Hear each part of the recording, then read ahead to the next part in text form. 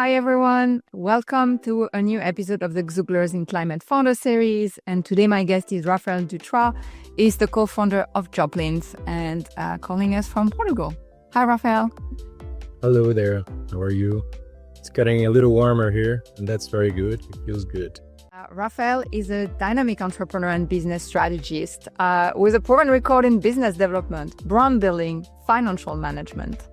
He's the co-founder of Joplins, an eco-luxury sunglasses brand, and he's played a pivotal role in product design, supply chain optimization, marketing, and sales growth. His expertise spans across industries from digital marketing and fintech to investment banking, and he had leadership roles at companies like Google, UBS, and Easy Taxi. With a Master of Science in Industrial Engineering and strong international background, Rafael excels at driving business success through strategic vision and operational excellence. Welcome, Rafael. It's great to have you today. Thank you. So I was thinking for this group, who may not have the opportunity yet to see your beautiful products, that we could show a few slides and maybe you give me a little bit of a voiceover of what we're seeing and what's special about the glasses. Yeah, this is one of our best sellers, actually. It's the Auto model. It's made of wood. And nowadays we come with 3 different collections. We have the wood, reforested wood, bioacetate, and the ocean plastic. We started with bamboo. I think I'll come forward talking about these more in details later, but we started with bamboo. Bamboo is the most sustainable sunglasses you could have, but unfortunately bamboo is not as strong. So we had and were adapting to new models and new innovations. And nowadays, I could say that the bioacetate ones, and we're expecting the ocean plastic ones, are going to be our best sellers. Very cool. Ocean plastic. Yes. Going to talk a little bit more about it later. So yeah, those are 2 of the best sellers, the Lark and the Oro. They're made of wood. One is from oak wood, the other one is from ebony wood. And not only we do the eco-friendly sunglasses, but the details matter as well. So we use cork sunglasses cases, as we use microfiber cloth, the premium line, as also the linen bags. I think the linen bags are not here, but for accompanying the sunglasses together. Ah, the perfect package. Yes, for sure. I'm not sure if you're asking me the questions or I should just start saying. We're going to start transitioning. I just wanted to say for people who want to go on the website and check out both the accessories or the glasses, Rafael was kind enough to create a discount code for this community. So take notes and you can start going shopping. But wait until we finish this interview. I think there's more to come. I'm going to stop the video and I want to go back a little bit because obviously, as I introduced, this episode is also a lot about your personal journey, and you left Google to start a company, and I'm just really curious, like, what was the driver for you to do that, and how was it? Well, I think I'm a human, and like many humans, we can have a little burnout working for big corporate companies. So I had a big burnout and I needed to connect to nature and outdoors. But then in the outdoors, I realized that I needed sunglasses. And that's more or less the funny part of it. But also in Google, I realized that I wanted to do everything. I had knowledge. I came from investment banking to work with marketing. And I was always also very communicative and I liked doing partnerships. And I was feeling I had the entrepreneur spirit, but I wasn't really sure about it. I was just beginning. And then, yes, I was there and I was kind of like a fish in the middle of the ocean without knowing where to go. So Joplins came with the idea of me from connecting to myself and then connecting to nature and making something that's good for the earth, but in that moment more to myself, spreading that to the world. Oh, that's beautiful. What were your key activities in nature? Are you hiking, surfing? Well, I was a long time surfer, yes, and hiking. Well, I was actually just doing a 6-hour hiking in the south coast of Portugal. And yes, definitely connecting to outdoors and being the outdoors. And then when I moved cities from Rio de Janeiro to Sao Paulo, it was a complete different setup. And that also influenced a lot. And yeah, I think there was a combination of many different reasons. And the the one with yeah, needing to be outdoor and needing to connect with things and doing partnerships, and Joplins is one thing that I'm always either talking to people for doing partnership, the events outside, we're just doing this hiking and Joplin was somehow promoting it. So I'm always using Joplins in a way that connects me to nature and to the things I like to do. I love the coherence. Maybe since you're mentioning partnership, I know you wanted to start with a partnership before you decided to go on your own. Can you tell us a little bit of the origin story of Joplins? It's true, and it's a bit funny, bit of a deeper story. Since I was having this burnout, I was trying to connect to myself and find myself where I was. And through that path, I went to a lot of retreats, therapies, and I became too positive by that time. And then being too positive and talking to friends, they started calling me as a joke that I'm the Buddha. So I was always seeing the positive side of things. And by the time getting the ideas, I found this brand called Bambuda. They're from Canada. And I like the logo, I like the name, I like the sunglasses, and I just related so much to it. I tried to make the partnership. She was just beginning, so she wasn't thinking on expanding already from Canada worldwide to Brazil. And I wanted to develop it in Brazil by the time. And basically, yeah, time passed. Friends were telling me just start yourself. I didn't want to start yours myself. I really liked and related to that. But then in the end, with her not coming back to me, I started Joplins. Later on, she came back to me, but Joplin was already in place. We started making a few partnerships. It didn't happen, but still, kind of Joplins came from that mindset. Missed opportunity for her, but also probably a way also for you to spread your wings and the positivity. I love that your friends are calling the Buddha, and all this spiritual phase must have been really important for you. But there's also a story behind the name Joplins, right? Well, the name Joplins, I needed a name that was short, international, and sounded cool and not necessarily would relate to anything else. So people would like fix Joplins as the brand of sunglasses. And then I made a list of about 30 names sent to all my friends around the world. Zenith was actually the first place, but then Zenith, they had a brand of watches in Switzerland. Joplin was the second place. Then we took Joplins. Later on, when we were doing our first crowdfunding or second crowdfunding campaign, I was registering the brand in the United States, but Janis Joplin's offices in Hollywood came with an opposition, and we had a long 2-year process with them, which finally we ended with an agreement, and that was happy for both sides.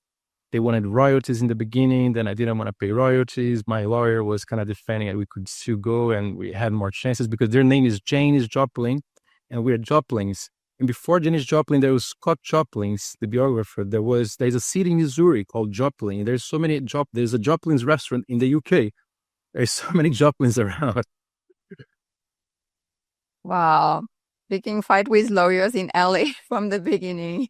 You're starting very bullish. I mean, sure, it's So they've been lucky, to be honest. Sorry, I interrupted. Because the first lawyers I was looking for, they were charging so much money and I had zero. And luckily, one lawyer specialized in trademark opposition reached me. When he first reached me, I thought he was kind of relating to them, and he would like kind of do the whole turnaround. I was a bit suspicious. But then he was charging me like super cheap for every part of the process. And he was actually super specialized on the theme. So it worked quite well. Yeah, I was happy about it. I think we may ask for a referral. You never know when we need that. And I see Tony, who's been really amazing at doing a lot of branding and naming with some shared project we have. So you never know. It's always good to have a reference.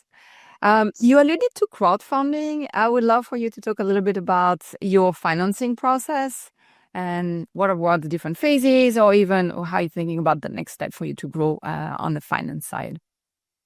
Yeah, we did the first crowdfunding on Indiegogo, the second crowdfunding as well. From the first crowdfunding, we gathered some funds for the initial production. Then I had just moved to Portugal, so I started the business in Portugal, which later I'll talk that we have a bit of the hard times and challenging on how to start on starting a business in a foreign country. For making partnerships, for developing the business, it makes everything a little harder.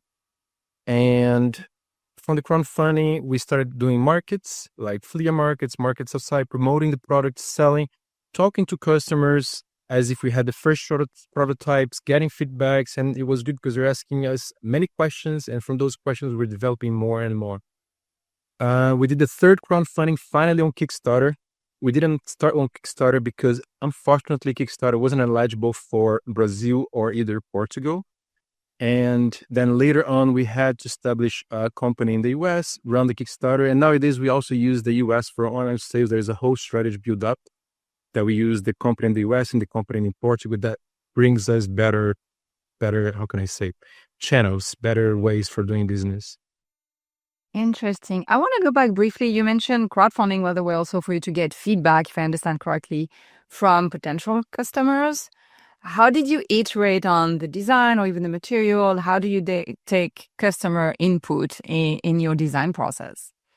Yes. So in the beginning, there was a bamboo collection, as I mentioned, and unfortunately, we're having too much customer support, which is funny. Nowadays, I can use an application that I have templates and I can just press a button and they give the whole answer for customer support, offering the customer a coupon for getting a replacement and whatever. Although we don't need as much as we needed back then, and then we didn't have the support of AI. But it was definitely crowdfunding gave feedback from the customers getting the sunglasses, letting us know what they like, what they don't, as we're getting those feedbacks in the markets as well. Yeah, because it feels like a very competitive category. Like, how did you decide the niche, or did you do an extensive research? Yeah, what was your approach? And because I know you're a marketer too, you've been thinking a lot about brand. Just curious to understand the thought process behind positioning yourself here. Well, first though, I didn't think too much, it might sound naive, but I didn't think too much about competition. I felt more like if you're doing what you love and you put that energy on it, you're going to do it better. And if you like doing it, you're going to be thinking it 24/7. I go to sleep overthinking on ideas, on what things I can do to make it better. And it's just me. A brand represents yourself. And then I wasn't thinking of competition.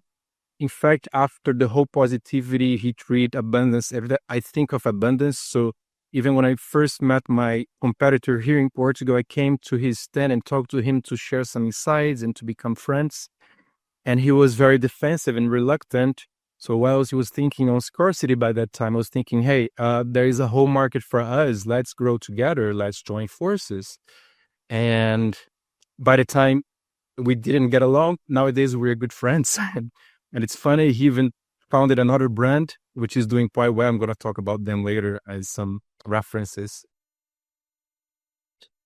And today I also have another brand in which when we do markets together with the knowledge of if a consumer is shopping and then he sees one brand of sunglasses, one stand of sunglasses, he's going to think, should I buy sunglasses or not?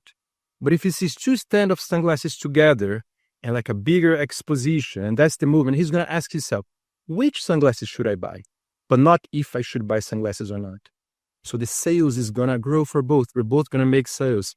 With one of them, even, we agreed for the next program we're participating that we're going to share the profits from both of us. So we're not going to be, I get the profit or you get the profit in case you sell better than I because of the consumers at that day or at that special event. We're just going to do it together and share in that. And we just became so excited about it. That's such a smart approach and so unusual, I would say. I just love when you talk about abundance mindset. And I feel like to some extent, the climate community is all about abundance mindset because we're all here to support each other. But I have to say, I'm surprised in the world of consumer goods, it's not the most often. So it feels like your partnership DNA has been following you in different aspects. I'd like to talk more about the material. Obviously, it's a key part of what makes those glasses super unique. And you touched a little bit on the evolution, but what can you explain to us about the complexity or how you pick the materials?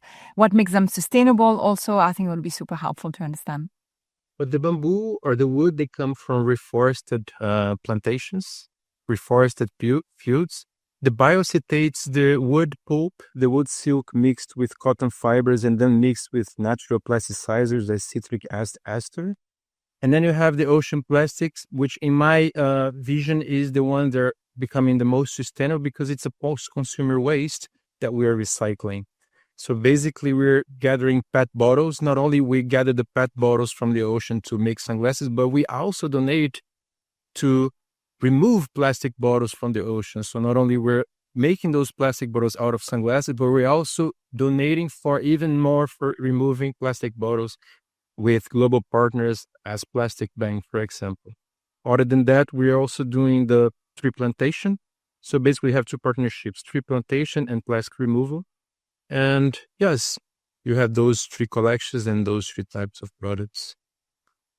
Later, I think that's another question, but then comes AI. And yeah, hopefully we'll have then AI with sustainable frames. I believe BioCT is going to be the one because BioCT is the strongest. BioCT you can mold, BioCT you can exchange lenses easily. Wooden is very unique. Still, you have to be a bit more careful. With the ocean plastic, it's not high end as the bioacetate, but regarding sustainability, it can be the most sustainable now and the most affordable as well. Can you maybe share for us what are the manufacturing challenge? And I also want to talk about the lenses because you mentioned to me how the lenses are critical and also quality focus for you. But yeah, on the manufacturing side, like from you, are you drawing on the napkin, just making it up, but drawing the frames? And what's the process to get from your concept to design to manufacturing at scale? I have different designers for designing the sunglasses. Funny thing is that the first one, we connected in an event in San Francisco. She's from Oakland, and she was helping us design the glasses. She was helping us promote the glasses around San Francisco area. She was going to Pacifica Beach, taking photo shoots, and somehow Joplins comes from California. My first trial of Joplins, in fact, I was in San Diego and I was standing in a flea market, having my first very small batch of prototypes, trying to sell them to the consumers passing by the market. So even in the beginning, we promoted it as Rio de Janeiro, where I'm from, Portugal, where we finally established the brand, and California. So it was a brand from these three places where it's coastal, it's sunny all the time, and aligns a lot to the brand and to the message we want to send. Regarding manufacturers, we have manufacturers in Europe, north of Portugal, near Porto. We have manufacturers in China. To my surprise, what happens is that the manufacturing in China is indeed really good. They're faster, they're less bureaucratic. I wish and they're cheaper as well. I wish the manufacturing in Europe was more agile. I wish they were cheaper, and I wish they were more bureaucratic. If I were to count only with the manufacturers in Europe, I'm not sure if I would be able to sustain business unless I was already a very well-established business with funds where I could do big productions and gain cost of scale. But other than that, it's very hard to start working with European manufacturers. Yeah, unfortunately. But I guess it's good if you've seen the quality being up to your standard in China, and hopefully Europe is not going to be as affected by tariffs over the coming weeks. And the funny thing is that the quality, since you mentioned it, is that we get the same or better quality coming from China. And this is a surprise. A lot of people, they do have this step back with China products because they think they're not good or they're bad. But in fact, China goes from 0 to 10. It depends the manufacturer you're working with, it depends the quality or how much you're willing to pay. And I guess that gives you a lot of scalability thanks to their capacity, right? It helps business to sustain, indeed. Yes. Otherwise, I know, for example, brands, I don't want to mention a name, but in England, and including like entrepreneurs that we've talked to, we've had calls. I was thinking making partnerships and try to help them. Hey, he was closing the business, basically. He was closing the business because he tried to come from China to only work with Italy, but Italy wasn't able to supply what he needed and wasn't able to make the prices for keeping the margins and keeping business. I tried partnering with them. I tried with him, try bringing him in, and hey, let's them do business together and see how we can work it out. He was already on the way for closing, and that's how it happened. So basically what I want to say is that if you're counting only with, I think a mix of both is important, because we are brand from there. There's a lot of people who value the local production, and people come from Portugal. They ask, is this produced in Portugal? So we do have models produced in Portugal. We have a mix of products from both places, and it's important that we keep it that way. We just cannot have only produced here, otherwise you wouldn't sustain as a business. I think it has to be sustainability everywhere. Sustainability as for the sustainability of the product, for the manufacturing, but also for the business and margins itself. Yeah, because your prices are very accessible from looking at your website. And I was curious, it's something we talk a lot about in this podcast, is about affordability and the green premium. And I think most of the founders, and I want to check if it's also your understanding, I've seen that the green premium is actually very low, that consumers are not necessarily willing to pay more. They're happier, they feel better about buying a product that's sustainable, but it does not always translate with how much they're willing to spend. Is that the case for you? And also, does that change between countries? Like, is a European customer very different from a US customer? What have you observed in that sense? We need to turn green more cool. We need to turn green cooler, but without greenwashing, because I believe in the beginning, we're part of our branding, we're talking too much about sustainable, eco-friendly. And that sometimes can sound a bit like we are trying to greenwash. And then we realize that it's better really talk on the product, and then we go for the sustainability fact of it. And as a matter of experience, I understand that consumers, when they're buying sunglasses, the first thing they're looking for is the protection of the lenses, in which, by the way, you asked me about the lenses. I say, sorry, I didn't talk about it. Nowadays, you have nylon lenses, polycarbonate lenses, glass lenses, and TAC, triacetate cellulose lenses. Basically, glass is the best for clarity and vision, and polycarbonate is the best for endurance. What we're using is the most innovative lenses at the moment in the market, TAC, triacetate cellulose, which basically unites the best of glass with the best of the polycarbonate. So you have a great vision with great endurance. No, I forgot. I just couldn't keep the line of the other questions because it was a long... Too many questions. Sorry, I'm so curious. USA and European consumers. I think USA, they go for more the innovative, for the new models, for what's trendy. And the Europeans, they are more conservative, as we know it is. Even the younger generation, like also, do you have different age group buying the glasses depending on where they're located? That I cannot tell. I don't know. It would be too specific, but maybe yes. I'm not like analyzing these details. I think quite a few of us are wearing glasses now. I can't wait to see them in person in a few weeks. They're really cool. I mean, so many ideas come, like past questions, because you also asked me before then regarding competition, and the sunglasses market is just growing. More and more people are becoming aware of wearing sunglasses, and also people are becoming more aware of going outdoors and the importance of spending time in the nature outdoors. And that comes with protection. We're actually and also protection of the skin, and we're partnering with Nivea. They reached us. We're sending influencers the new Nivea sunblock together with our ocean plastic frames, which is a very cool partnership. Then we can talk also how partnerships is very helpful for business, and in a way that you're not spending much and keeping it minimum cost.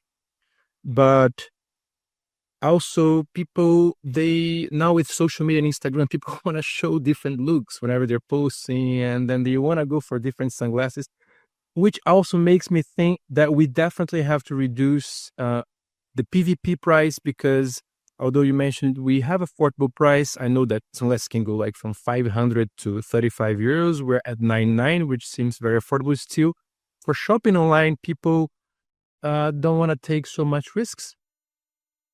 And then they would rather go with a piece that is about 35, 40 euros to then goes to another one. So our strategy now is going with a cheaper entry model, and then making the delivery, bringing the whole experience, and then they can enjoy and engage with the brand to later on come and buy our more expensive products. Besides that, with AI, we have now the virtual try-on, which is helping a lot to sell online. So one of the enclaves, the barriers for selling online was that people wanted to try the glasses. They wanted to go to the shop and try them. But nowadays, I think it's even easier because with the try on, you just go there on the product page, try this model, or even on the home page, try on, and it's going to show you the whole models. And it can go, it opens on your camera and it goes lighting with it. It's easier than in the shop. You're just like playing or something like this, like this, the fingers. So it's pretty. Should have shown. I just didn't think about it, but we should have done a demo at the beginning because it's much better than you being in the shop and sending a photo to your spouse. Like, what do you think? Which is It is. a dream. Yes. You made videos. You can post. You can make those videos of you trying them on. You can post on a story and ask your friends, what do you think? Which model should I take? And in fact, we should promote more influencers doing that. Yeah. But Well, now you got into the marketing space. I want to know a bit more. You mentioned partnership, you mentioned influencers, but I'm curious, like, what are the best marketing channels for you? Or did you try things that flat out didn't work and like never doing that again? social media works. And then marketplaces also. So for selling through our site, definitely social media. And also partnerships, bringing traffic in and then doing remarketing over those traffic. Remarketing is a really good way for conversion. And if you can bring cold traffic in ways that you're not necessarily paying directly social media, but through partnerships and then remarketing with those social media, that's a very good strategy. And then you have marketplaces, which even if a marketplace is not selling as well, they're at least branding and having a product out there, not only on their page, but also on Google. SEO is very important. So focusing with blog posts. Nowadays, with AI, you have an easier way of copywriting and doing blogs and backlinking. I'm not that much happy about it because I know how it affects copywriters. So I know it's about the balance, but if it's there and I cannot control it, I can just take advantage of it, and I'm living the moment and taking advantage of it. We've once paid $400 for one blog post, which definitely as a small business, this is really expensive. And nowadays I can make a blog post in 5 minutes using the strategic keywords and post more often than never before. But yeah, coming back to marketplaces, I think some marketplaces are small. They do the branding themselves, even if they don't sell, but some others, as for example, Avocado Store in Germany. They are like, I would say, the Amazon for sustainable products. I recommend you guys also taking a look at them. Really like the partnership we're having with them. And Germany is a strong market. We sell mostly to the US, and then we have Germany second place, and then Netherlands. And Avocado has been helping us channeling these sales. We would like to try Zalando, which is a fashion Amazon for Europe. They're based in Germany. Didn't try yet because the process for going there is very complex. So that comes to another topic. Also, as a small business, sometimes it's hard. You have many hands for doing everything. And then when you come to those processes, when you have to do a hard application or there are many processes on it, you cannot do it because it demands time. Yes, so I think those are the channels. Super cool. Yeah, thank you for sharing. I definitely want to look up some of these platforms. And you mentioned social media. Is it Instagram, TikTok, or Pinterest? Like any of them is differentiated and or forces you to create another type of content? So Instagram is better for us because our consumer goes from 25 to 55, 60 years old. And TikTok is usually younger people, and we haven't been focusing much on TikTok, therefore. Got it. Probably also a little easier. At least that's my perception. With social media, with Instagram and Facebook, definitely is easier. It's a combined platform. I have studied, I came from Google Ads, that was also helpful. And then I studied Facebook, and then for coming and studying another platform, which that's a whole lot of a difference. One thing that Google helped me for sure is, so if I don't have the time for doing the whole campaigns and managing those campaigns, I can have an agency or people doing it for me. But having the knowledge, I can work together with them to definitely reach better performances. Nowadays, or at the moment, I'm not working with any agency. I'm using the help of AI. And with the help of AI, it has been really good. So I'm just applying the knowledge I have from marketing, advertising, Google with AI, and it's becoming quite nice. Can you share more about the tool you're using? Because I know this group has a lot of nerds who are very passionate about AI and just we're trying always to tweak productivity and then code. And what's been working well for you?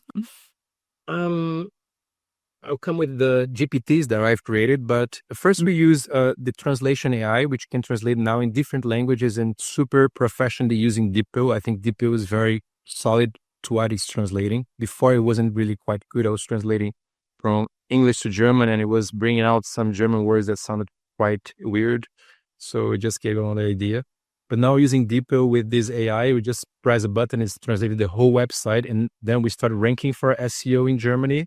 We start getting traffic from Germany, just paying zero, paying nothing. And Germans, all Germans, even the ones that don't speak English, because nowadays the younger generation speak very well English, but the older generation, not so much. So we can access that older generation as well. So these two, first, it's called Translation Lab, if anyone wants to use it at any moment. And then you have the virtual try-on, which I already mentioned. And with ChatGPT, we have nowadays the GPT that you can create. So basically, I created a few GPTs telling them the tone of the brand, tone of Joplins, how Joplins is, who am I, and then basically he learned everything about Joplins, and then I created the GPT for marketing, the marketing manager. It's called Marketing Maven. Then we have the GPT for brand, which is called the Brand Visionaire. Then we have the GPT designer consultant, and then we have the GPT copywriter. So we have those 4 GPTs that are helping us so much. Your whole team is in the box. I mean, my friends, they come to me. I'm not that proud of AI, like I'm also so much into the natural side of things, but they come to me that I'm getting too addicted to it because I talk to ChatGPT the whole day. And it'd be crazy. Well, I think it's so interesting. We're having those debates on AI about how company going to be managing a digital workforce on one end and the human workforce on the other end, and how you keep those two workforces partnering and learning and having a shared culture so it doesn't go on one side. So I think it's incredible how you can scale with just tools. Have you tried any of the photo shoot where you can do like virtual photo shoot of your product also with AI? Is that working? Yes. For that, definitely we have photo shoots with the nice backgrounds, different kind of backgrounds. But photo shoot with the models, for the moment, they're becoming a bit looking fake or too good to be true.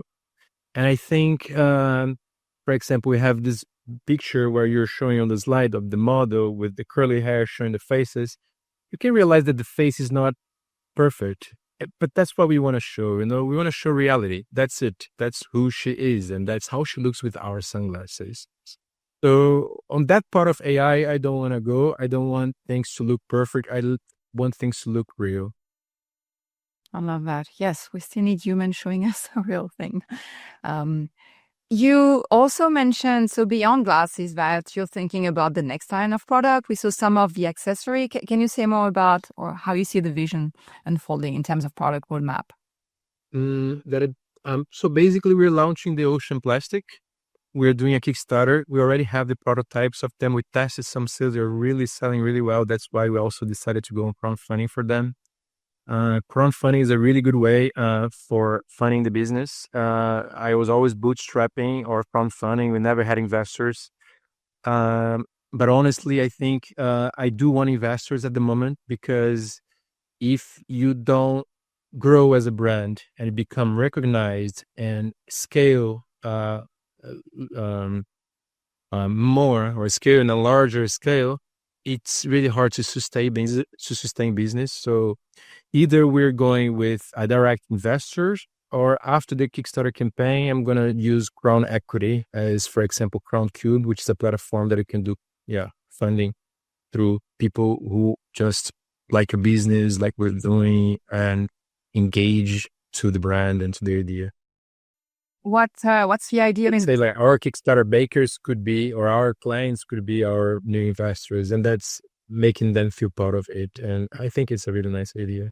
Yeah, I was just about to ask, what kind of investors are you looking for? And have you tried the Xugler's venture? Maybe they can also help. I haven't, but I will. I wasn't really looking for investors, but I am now. I I think that Joplins, for the most part, was me, myself, and I. I always worked with people in partnerships. Always had friends working as well, as I had people coming in interns. But I feel like if I had more people together with me and be able to share these, all the ideas that I have in my mind, so much overthinking and so much, because it's really infinite, the things you can do while you're an entrepreneur. You can do anything. I have a problem with my partners in relationships because my head is too much thinking of working ideas. And sometimes I don't, yeah, I try to be a good listener. I know how much is important to listen. And it is hard as an entrepreneur to listen sometimes because you actually to do and thinking too much. But no, I think it's a gift when you're so creative that you always have ideas, and it's a gift. Not everybody wakes up with 100 of ideas, so you should be lucky. But yeah, let's spread the word for people around who are interested either in investing in Rafael or no people. It's also the strength of this group and community. So let us know if people in the US you'd like an introduction to. We're going to have at SF Climate Week a finance panel too. So happy to help whenever we can. Sounds good. Thank you. I know we're almost at time, so I wanted to just move on to the last segment of our chat. It's really about advice. So people watching our series usually they're either already entrepreneur, and I think you gave them a ton of great ideas today, but also people who haven't made the transition from tech to climate. What would be your advice? I think my advice is first to be very minimalist in a way that live under your means, because for starting up you really have to not spend money. You have to do everything within scarcity. I think my Brazilian origins kind of helped me that because we come with not so much resources, but definitely first become less attached to material things and to things that you really don't need. And then become simple. Definitely being simple not only is going to help with you being able to do whatever you want, but also the simple mindset communicates better. I think also it's important that you do something that you're having fun, something that you are just, even if it's not working well, like Joplins for many, many years. I've been doing this 8 years, maybe for 6 years, I didn't have a profit. And I was just we were just doing it. And I was just doing it because I like to do it. I was thinking many times, even this Zalando that I mentioned, the marketplace, I had an interview with them during pandemics because there were hard times there. And I was thinking of having a second job. But fortunately, then the market started picking up again. But I think definitely persistence, resilience. While you're doing what you want, just be there and keep on doing. I think that the universe, I believe in energy, and the energy is going to come back to you once you're propagating that good energy. I love that. I think so much to your point is about resilience and persistence, especially in climate. We look at long years and to have an impact, and everybody's starting a journey. I feel like it takes you much longer than you expect to see the results, but when you stick to it, it's where it starts shining. It's a hard journey, I tell you. And telling my journey to people, I always get a little emotional, even to clients when I'm selling on a stand in the market, it's crazy. Yeah, no, you went for a lot, and I know it's resonating. I'm seeing also Terry mentioning organizing your monthly woman hike. And you want to ask your question, Terry? Feel free to come on. Oh, sure. I'm going to put my order in, but I was thinking, Rafael, yeah, I was wondering if you'd be okay with this. I organize a monthly hike for the Zugler women. Also, families come and dogs, and I was wondering if I could, share your story to the list of women that come. I think there's about 100 on the list, and also the discount link this week, right? Because I'm thinking your discount link might only be good for a certain amount of time, but I'd love to share more with the group that I am connected with. What do you think? I think indeed, it's a good idea. And not only that, I think we can do a special or specific coupon for that group so that people are engaged and connected yeah, to the idea. I think I think partnerships is the way to. I love doing partnerships. I love connecting to people. And yeah, from those partnerships, other partnerships come. And yeah, it's wonderful. I think we're here to connect, right? We're here to be social, and partnerships is the way to. It's just like yeah.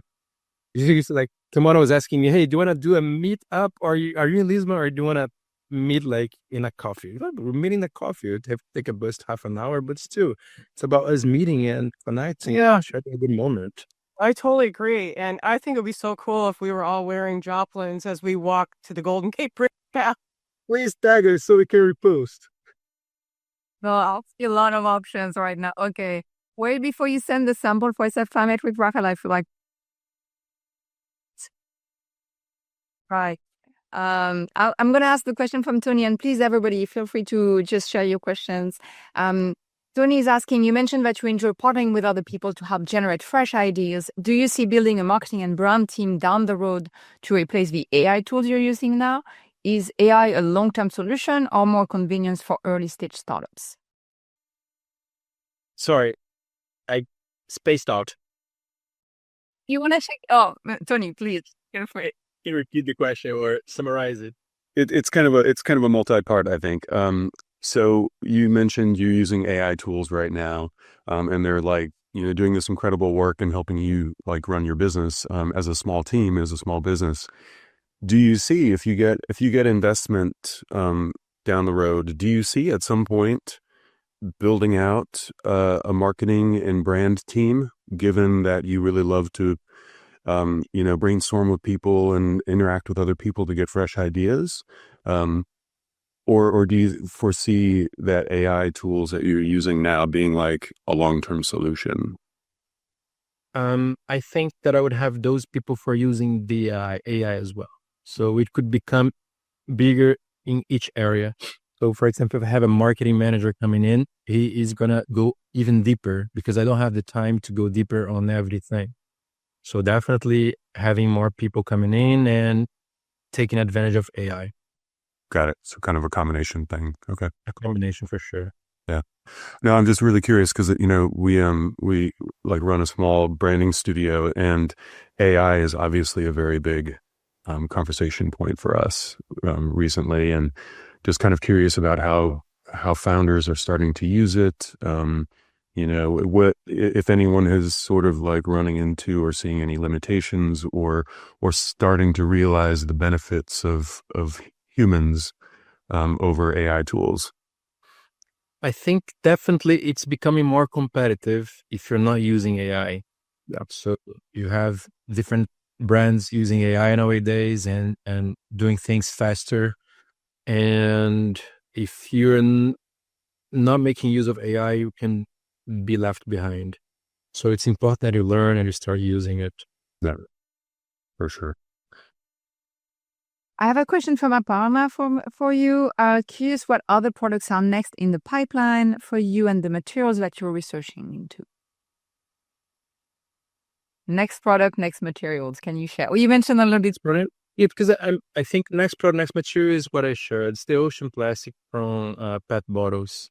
Basically, we're collecting PET bottles, molding them into sunglasses. I have one of them with me. It's how can I say? This one is the black one. I have the two very nice colors in green and sunset copper, orange. But yeah, this we call midnight blue. I think the black ones are the most commercial ones, but still we're trying to work mostly with glasses that bring colors. I have another one here from bioacetate.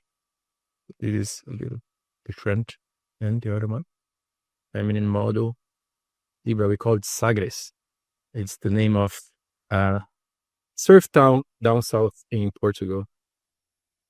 Very romantic. What about accessories? I know you mentioned to me some ideas on accessories. Before I want to mention about the ocean plastic one, since we're running the Kickstarter campaign, we're going to call them the Tide collection, as the tide that brings back all kinds of things, but also brings back the PET bottles, and then we get those PET bottles, and yeah, it's going to be the break, and then we're going to have the flow, the two different models for the starters for this collection. And on accessories, so basically winter is a tough time for us. When it comes winter, sales reduce a lot. So we're thinking on lines of hats, on lines of beanies, and on line of scarves. Everything that's from the chest up that would make with sunglasses will be inserted into our collections. So I think that it's going to help us sustain during business during winter. Very trendy. I didn't ask, but can we send you prescriptions and get the sunglasses with prescription lenses? We're not making prescriptions, but what we recommend customers is just can go to any optical store and insert the prescription lenses. Got it. Basically, what we do mostly is sunglasses. We do have a line of anti-blue light glasses. You can check on our website. We have 5 different frames and colors. But I think it's very important to focus in one thing. Our focus will always be sunglasses, because once we started focusing different places, we started losing the engagement. So we tried a little bit going with the blue light glasses, but we realized that to really make them go through and start selling well, we'd have to focus our marketing a lot more into it, which wouldn't make sense because that was never our goal. You're the outdoor person, not the stay in front of the laptop person, I guess. It's slightly different positioning. I feel like the blue light is so much you're indoor on your laptop, but everything about your personal brand is also being outdoor and enjoying nature. I can see where some of the brown challenges are appearing. Exactly. Just going to show here quickly the core case. Basically, this is the core case, cork from Portugal. And then you can put it tridimensionally, which is very easy to put on the pocket, on the purse, and carry with you. This is fabulous. That's what we need on airplanes, with tiny pockets. Rafael, your journey is so inspiring, and I think everything you shared with us today, thank you. It's been so generous to give us a bit of the backstory, your personal background, how you're thinking about the development. So thank you so much for that. Last question, how can this community help you? Whoever wants to partnerships are the go-to. So I'm open for partnerships.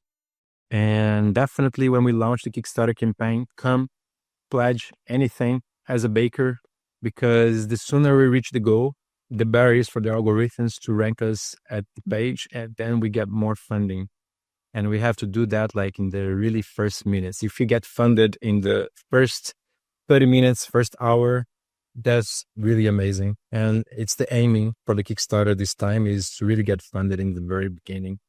So yeah, come, you get the products, the Ocean Plastic collection firsthand, and you also get a discount on it. Amazing. When is it launching? So we can watch, and you can post on our WhatsApp channel. So forecasting for May. Here in Portugal had been raining so much last days that we had to postpone production. But now it was supposed to be in April. Now it's going to be in May. Okay. Well, let us know in advance and we'll be watching it. I'll definitely give a shout out. Yes. Fantastic. Again, thank you so much. It was such a pleasure, and looking forward to the Kickstarter and to support you and maybe see Terry and her fabulous woman on the beach with the Golden Gate Bridge behind being your next models. Thank you, Lucky for having me here. Of course. You take care. Have a good day, everyone. Likewise. Ciao, everyone. Bye-bye.